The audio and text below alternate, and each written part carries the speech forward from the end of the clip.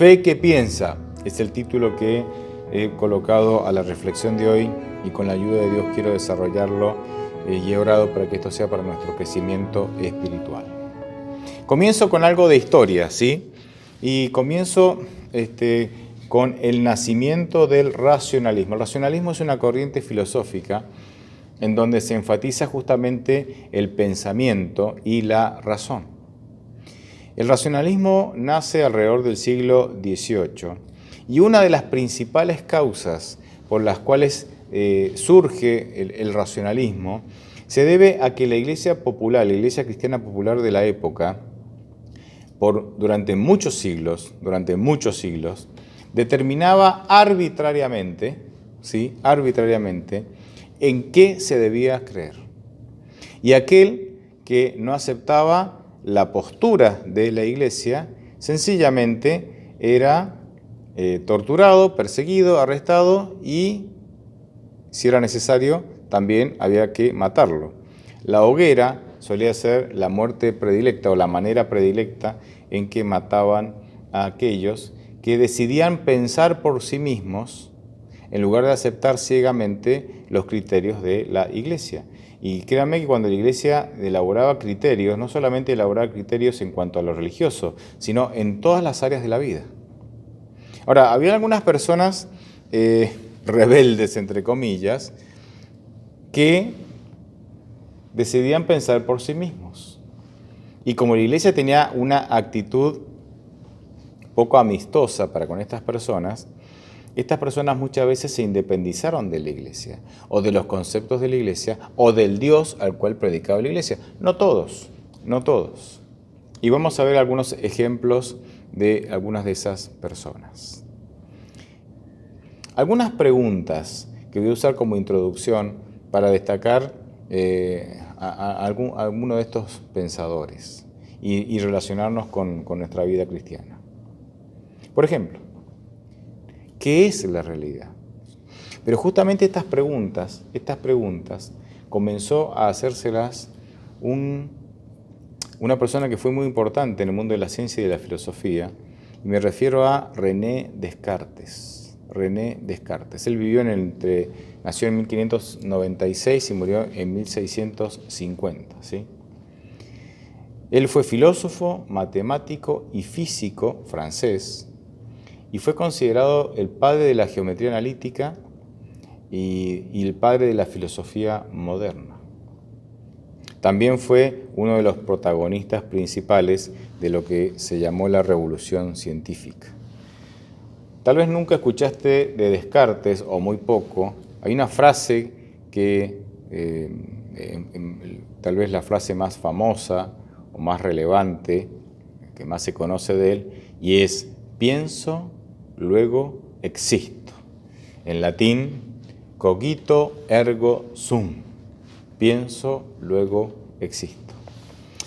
Lo interesante es que Descartes no era ateo. Muchos filósofos optaron por el ateísmo debido a la actitud negativa y perseguidora de la Iglesia, pero Descartes no era ateo. Él creía en la existencia de Dios. Es más, él creía en la existencia de un Dios bueno. Él consideraba obviamente la capacidad de razonar y de pensar, de reflexionar, como lo más importante. Por eso es el padre del racionalismo. Incluso él llamaba a los animales, los llamaba máquinas a los animales, no porque fueran máquinas, sino porque ellos no tenían la capacidad de razonar. Descartes comenzó a preguntarse sobre qué es la realidad. ¿Qué es real? ¿Qué es la realidad? Él se preguntaba si nosotros mismos podemos alcanzar, o cómo nosotros mismos podemos alcanzar la capacidad de conocer qué es la realidad. Entonces él decía, ¿cómo puede el ser humano, cómo puedo yo, a través de qué medios yo puedo entender qué es real y qué no es real? ¿Qué es la realidad y qué no lo es? ¿Y por qué esto es tan importante para un cristiano? Y antes que voy a hablar un poco de las Escrituras y la importancia de esto, para que no crea que estoy elaborando una reflexión sobre Descartes. Es solo una ilustración en esta reflexión.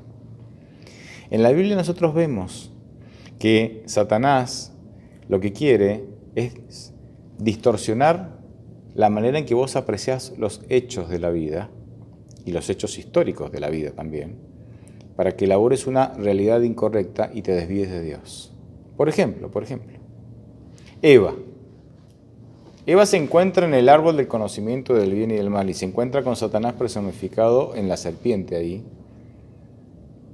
Y Eva tenía una verdad, y esa verdad, a través o por medio de esa verdad, Eva había elaborado una realidad de cómo son las cosas. La verdad era, Dios creó a mi esposo Adán, me creó a mí, creó todo este Edén y creó todo esto para que seamos felices, porque es un Dios de amor. Ahora se encuentra, esa es la verdad que es la única, era la única y absoluta verdad dada por Dios. Era la única y absoluta verdad dada por Dios. Y a partir de esa verdad, Eva elabora una realidad en su mente. Ahora se presenta y Satanás le dice otra interpretación. Los hechos son los mismos, ¿sí? Sí. Pero él agrega ingredientes y da nueva información. Y ahora entonces Eva, con esta nueva información, con estos nuevos ingredientes que surgen a partir del relato de la serpiente, Eva entonces ahora empieza a elaborar otra realidad. Bueno, ya Dios no es un Dios de amor, sino que Dios ahora me prohíbe comer esta fruta para que yo no llegue a ser como Él, porque eso es lo que le decía la serpiente, Génesis 3. ¿Me entienden? O sea, ¿qué es lo que quiere Satanás? Satanás quiere que vos, ante los mismos hechos de la vida, ante la misma revelación de Dios en su palabra, puedas elaborar una realidad diferente a la realidad que Dios quiere que elabores y te termines desviando de Dios. ¿Se desvió Eva de Dios? Claro que sí. Claro que sí. Hizo caso a las sugerencias de Satanás, elaboró otra realidad. Ya Dios no es un Dios de amor, es un Dios egoísta que me está privando de esto para que yo no llegue a ser como Él. Entonces, como Él no es amor y es egoísta, yo no le voy a hacer caso y le voy a desobedecer. Me voy a independizar de Él y me voy a desobedecer. Y con eso Satanás logró que Eva pecara, es decir, en otras palabras, logró que Eva pecara cuando logró distorsionar la realidad absoluta de Dios por una realidad alternativa. Y miren, puedo dar muchos ejemplos bíblicos, no voy a abundar, ustedes conocen. Números 13 y 14 en la Biblia. Los 10 espías, se enviaron 12 espías a explorar la tierra que iban a conquistar. Los 12 vieron lo mismo. El relato bíblico es muy claro. Los 12 vieron lo mismo. 10 elaboran una realidad, porque les faltaba la fe, y 2 elaboran otra realidad, porque sí tenían fe, sobre los mismos hechos. Y los 2 que tenían fe habían elaborado una realidad conforme al pensamiento y a la voluntad de Dios. Y los otros 10 no.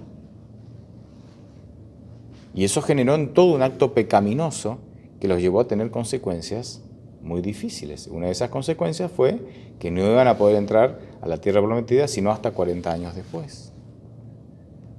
¿Se dan cuenta? Cómo la manera en que yo construyo la realidad determina mi felicidad y determina mi vida y puede incluso hasta determinar mi salvación. Un caso más, la idolatría en tiempos de Elías.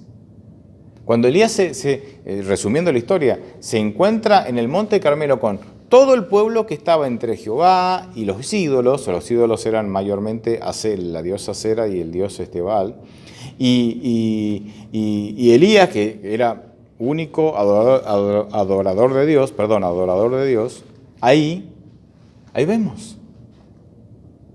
O sea, los que adoptaban, los que creaban una realidad de vida basado en los ídolos, tenían sus consecuencias. ¿Cuál es la consecuencia? La sequía, 3 años y medio sin llover.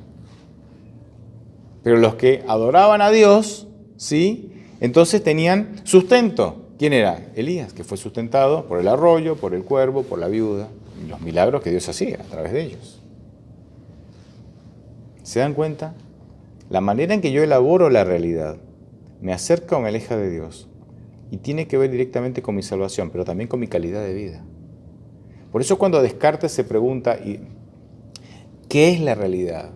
Y él intenta buscar una manera de descubrir cuál es la verdad para elaborar la realidad correcta y vivirla. Es un intento genuino. Y créanme que es un intento que todo cristiano debería hacer. Así es que en esta búsqueda, Descartes dice, ¿qué pasa si yo intento elaborar la realidad correcta, descubrir la realidad correcta a través de los sentidos? Los sentidos son, ¿verdad?, el tacto, el olfato, el gusto, la vista, los sentidos. Ustedes me entienden. Pero él llega a la conclusión de que es peligroso y que no es seguro elaborar la realidad a través de los sentidos. Los sentidos son engañosos en el sentido de que pueden ser fácilmente engañados. A mí pueden fácilmente engañarme a través de los sentidos, haciéndome ver una cosa que no es. Los actos de magia, por decir de alguna manera, nos hacen creer una cosa que no es. Y es justamente a través de mis sentidos que yo estoy captando una realidad que no es correcta, que es falsa. En el caso de la magia, por una cuestión de entretenimiento, ¿me entienden? Pero eso da evidencia de que los sentidos no son el camino correcto para yo descubrir cuál es la realidad. Y esto revoluciona el mundo de la ciencia. ¿Por qué? Porque el mundo de la ciencia, en buena medida, se desarrolla a través de la observación. Observamos la naturaleza, los ciclos, observamos las repeticiones, observamos las conductas, observamos las reacciones químicas, y a partir de esa observación elaboramos patrones, ¿sí?, patrones de conducta, patrones de funcionamiento, principios de funcionamiento, y ahí se van elaborando las teorías y las leyes. O por lo menos vamos definiendo estas cosas a través de leyes. La ley de la gravedad, por ejemplo. Observamos que todo lo que cae, todo lo que se eleva cae, ¿me entienden? Entonces, a partir de esa observación, y que ese patrón se repite siempre, elaboramos ese concepto como ley de la gravedad. O sea, la observación era el método científico por excelencia para poder desarrollar la ciencia. Y la observación tiene que ver con los sentidos, ¿verdad? Lo que yo percibo con mis sentidos es lo que observo y a partir de ahí elaboro los conceptos científicos. Por eso cuando Descartes dice los sentidos no son una buena medida, una buena manera de describir o de elaborar la realidad en que vivo o de definir la realidad, esto revoluciona el mundo científico, porque el mundo científico tenía a la observación por medio de los sentidos como la máxima herramienta para elaborar sus teorías. Entonces él va a buscar otro camino. Y va a decir, bueno, si los sentidos son inexactos, fácilmente engañables, y por eso no son el camino correcto para descubrir la realidad, entonces vayamos a las ciencias exactas. La matemática, por ejemplo. La matemática no se elabora a través de la observación. La matemática se elabora a través de razonamientos, a través de, ¿me entienden?, a través de reglas fijas. Entonces dice, bueno, entonces a través de las ciencias exactas, por ejemplo, la matemática, yo puedo elaborar o descubrir cuál es la verdadera realidad. Pero él después descarta también esta idea. ¿Por qué? Porque él dice, bueno, yo puedo haber sido creado o puedo haber sido programado, porque recuerden que él creía en Dios, o sea, él no creía en la generación espontánea, ¿no?, ni en la evolución. Podemos haber sido creados y programados para equivocarnos. Por ejemplo, así como yo puedo programar una calculadora para que diga que 8 más 8 es 21, cuando en realidad es 16, así yo también puedo haber sido programado para pensar de una manera cuando en realidad eso es incorrecto. Así que él descarta también las ciencias exactas como la matemática como medio para descubrir la realidad. Y él entonces, claro, entra en un momento de desesperanza, dice, bueno, ¿y cómo llego yo a descubrir la realidad? Y él dice lo siguiente, y esto es interesante. Él dice, yo para descubrir la verdad, yo para descubrir lo que es real y a partir de ahí elaborar la verdadera realidad, yo tengo que dudar. Si yo doy por sentado de que esto es una computadora, entonces voy a aceptar y nunca voy a cuestionar que esto es una computadora. Pero si yo dudo de que esto es una computadora, a partir de ahí yo voy a entrar en una serie de procedimientos y me voy a hacer una serie de preguntas y voy a comenzar una serie de investigaciones para comprobar si es realmente o no. Y a través de esos procesos yo voy a decir, no, sí, es una computadora. O puedo descubrir que no, que era algo parecido pero que no es así. Entonces, él dice que hay una cosa de la que yo no puedo dudar. No puedo dudar que estoy pensando. Y el hecho de que yo esté pensando es prueba de que existo. Y de ahí la famosa frase que mencioné anteriormente, pienso, luego existo. Qué interesante. Por eso, a él se lo menciona como el padre del racionalismo, porque justamente hace de la capacidad de pensar la herramienta para entender que él existía. Pero y aquí viene Dios. Él, a través del pensamiento, no solamente quería probar su existencia y la realidad en que vivía, sino que a través del pensamiento, él también quería probar la existencia de Dios. Él a través del razonamiento quería probar la existencia de Dios. Y él entonces hace otras preguntas. Como verán, los científicos son muy preguntones. Y está bien, porque así se alcanzan las respuestas que uno quiere alcanzar, ¿no? Sí, bien digo, la respuesta que uno quiere encontrar. Él se pregunta, ¿es posible que los seres humanos tengamos una idea, o mejor dicho, cómo es posible que los seres humanos tengamos una idea, que los seres humanos aceptemos el concepto de que hay un ser perfecto, trascendente y perfecto? ¿De dónde salió eso? O sea, ¿por qué los seres humanos nacemos con ese concepto? Ustedes saben que todas las sociedades nacen creyentes. Todas las comunidades nacen creyentes. No importa el lugar del mundo. O sea, la persona nace con la idea de que existe un ser superior. No existen comunidades ateas. Sí, hay personas que luego pueden decidir ser ateos. Pero cualquier comunidad, desde las más primitivas hasta las más avanzadas, todas nacen con el concepto de un ser superior o un ente superior. Todas. A partir de ahí, algunas personas individualmente pueden decidir negar esa realidad. Todos nacemos con la idea de un ser superior. Entonces él se pregunta, ¿cómo es esto? ¿Cómo es esto que nacemos con esta idea? Para Descartes, el hecho de que nosotros tengamos en nuestra mente la idea, aceptemos y que de manera innata, desde que nacemos, nazcamos, valga la redundancia, con la idea de que Dios existe, esa es una evidencia de que Él me ha creado. Es decir, en el momento que Él me creó, que Dios me creó, Él tuvo que haber puesto en mi mente la idea de que Él existe, y esa fue la segunda gran certeza de su vida. Dios existe y me ha creado. Interesante que para Descartes, Dios es un Dios bondadoso. Los gnósticos creen que Dios creó el mundo y lo largó, digamos, con sus leyes, una serie de leyes fijas para que funcionara como un reloj, ¿verdad? ¿Sí? Y lo deja solos y se desentiende del mundo para que el mundo se les arregle como pueda. Pero Descartes no.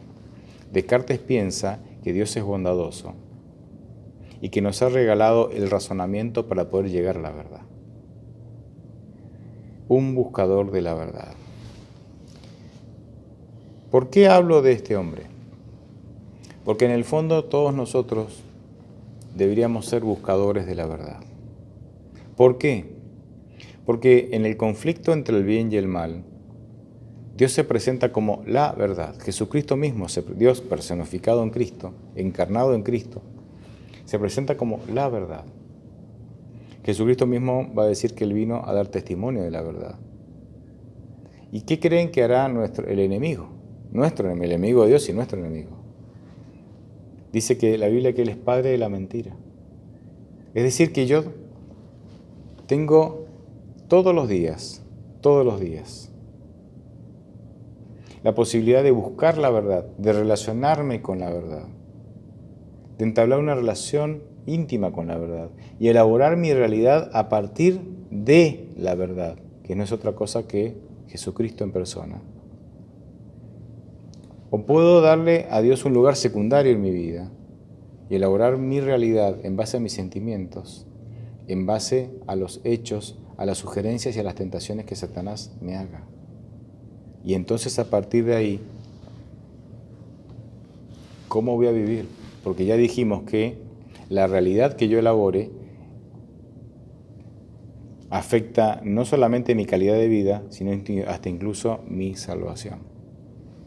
Lo que Descartes no alcanza a reconocer, pero nosotros sí nos damos cuenta, lo que Descartes no alcanza a reconocer, pero sí nosotros nos damos cuenta, es que el hecho de que él acepte la idea de que Dios existe y de que Dios es bueno, es por fe. O sea, Descartes, que es el padre de la razón, del racionalismo, era un hombre de fe. Tal vez no se dio cuenta, no supo manifestar, o no supo expresarlo de esa manera. Porque aceptar que Dios existe solamente por el razonamiento y aceptar que Dios es bueno solamente por razonamiento, no es razonamiento, es fe. ¿Por qué? Porque él no tenía evidencias de que Dios existe y que Dios es bueno, más allá de la fe. Así es que este hombre, de alguna manera, era un buscador de la verdad. Y aunque tal vez no se dio cuenta o no lo manifestó de esta manera, él también llegó a tener fe para creer que Dios existe y de que Dios es bueno y tiene buenos planes para mí. Por eso les digo que la razón y la fe se complementan. Y por eso, como comenté anteriormente, la iglesia es para personas que les gusta pensar. No existe la fe ciega. La fe está basada en argumentos. La fe está basada en evidencias. Romanos 10:17 dice que la fe viene por el oír y el oír que es la palabra de Dios. Es decir, yo leo, escucho la revelación de Dios, que es la palabra, que es la Biblia, y a partir de la revelación, que es la evidencia de que Dios existe, entonces a partir de ahí desarrollo a partir de ahí tengo fe. Primero viene la evidencia, primero viene la revelación y después de ahí surge la fe. La fe no está basada, la fe no es ciega. Primero está la revelación de Dios y a partir de ahí nosotros ejercemos fe. La fe está basada en evidencias. Es cierto que Dios no siempre da todas las evidencias. A veces digo, ¿por qué no aparece de una vez por todas el arca de Noé y ya listo? Queda claro que el diluvio es real y el mundo científico deja de dudar del diluvio. No. ¿Hay evidencias de que hubo diluvio? Sí, y muchas. Pero Dios no da todas las evidencias. Da la evidencia suficiente para que creamos y da también lugar a dudas. Porque la duda no es pecado. El problema no es dudar. El problema es de quién dudamos. O sea, que si yo voy al caso de Eva, por ejemplo, el problema de Eva no fue que dudó. El problema fue que dudó de la persona equivocada, dudó de Dios y confió más en la serpiente. Y ustedes me dirán, bueno, pero el libro de Santiago habla que nosotros no debemos dudar y que la duda es pecado. Claro, Dios a través de Santiago reprende a los que dudan, no porque dudan, no necesariamente porque dudan, sino porque son cristianos que tienen toda la evidencia del cuidado y de la existencia de Dios, del amor de Dios, y sin embargo dudan. Eso es lo que reprende Dios a través de Santiago. Tenés la evidencia, pero decidís dudar en lugar de confiar. Insisto, la religión es para personas que piensan.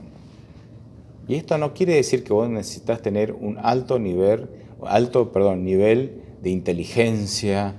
¿Me entendés? Para que la religión no es solamente para unos pocos privilegiados que tienen la capacidad de pensar y que son... No.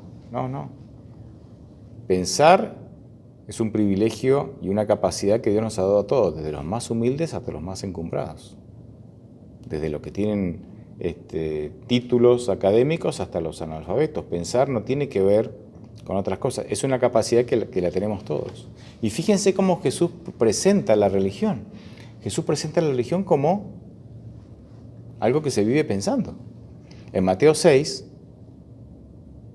cuando habla de las necesidades, en el caso de que tengamos necesidades, Jesús nos anima a pensar. Y ahí dice, vos lo puedes leer, dice, miren las aves, no siembran, no cosechan, no guardan en granero, y yo las cuido. Miren las flores, no tejen, no hilan, no tiñen, y fíjense cómo las visto. Y la belleza, ¿no?, de las flores. Dice, piensen, reflexionen, si yo cuido a las aves y cuido a las flores, ¿cómo no voy a cuidar de ustedes que son mis hijos? Ustedes son más importantes que aves y flores. Acá Jesucristo nos dice que nosotros tenemos que sentir que Él nos cuida. Él dice, piensen, reflexionen y vean que si yo los cuido a ellos, los cuidaré a ustedes son mis hijos, ustedes son más importantes. No tiene que ver con sentirme cuidado, tiene que ver con pensar y reflexionar en base a los hechos, y a través de la reflexión llegar a la conclusión de que sí, Dios me ama y me va a cuidar, porque si los cuida a los pájaros y a las flores me va a cuidar. Es un ejercicio mental de reflexión. Fíjense 2 Corintios 10, 4 y 5. Dice, las armas con las que luchamos no son las de este mundo, sino las poderosas armas de Dios, capaces de destruir fortalezas y de desbaratar argumentos y toda altivez que se levanta contra el conocimiento de Dios, y de llevar cautivo todo pensamiento a la obediencia de Cristo. Hay varios términos que hablan de la idea de que las armas del cristiano tienen que ver con hacer pensar a las otras personas, derribar argumentos. ¿Argumentos qué? Argumentos que se elaboran con la mente. De llevar todo pensamiento a la obediencia de Cristo. Aquí Pablo, o Dios a través de Pablo, nos presenta la religión como algo que hay que pensar y hay que reflexionar. Pero fíjense Juan 3:15. Dice, para que todo aquel que en Él, en Jesús, crea, no se pierda, sino que tenga vida eterna. ¿Por qué cito este texto? Porque este texto no dice, todo aquel que sienta, tenga vida eterna. Dice, todo aquel que cree. ¿Me entienden? A veces yo escucho con mucha frecuencia, no siento a Dios, no me siento perdonado, no siento la presencia. ¿Y dónde dice que la tenés que sentir? La Biblia dice que tenés que creer, que Él está ahí, y que te perdonó, y que te salvó, y que te va a ayudar. No es cuestión de sentimientos. Porque de paso, ¿qué es creer? Creer es un proceso mental. Creer es un proceso mental a través del cual yo voy sopesando, ¿sí? ¿Se entiende la expresión sopesando, comparando?